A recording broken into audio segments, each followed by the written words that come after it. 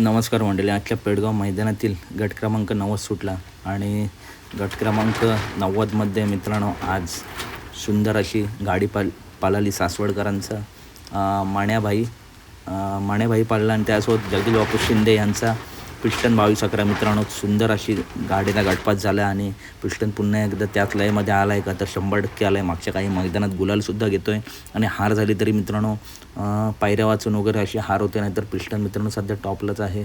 आजसुद्धा त्यांनी स्वतःला सिद्ध केलं. जबरदस्त अशी गाडी पाळली. तर अपडेट आवडली असेल तर नक्की व्हिडिओ लाईक करा, चॅनलला सबस्क्राईब करा.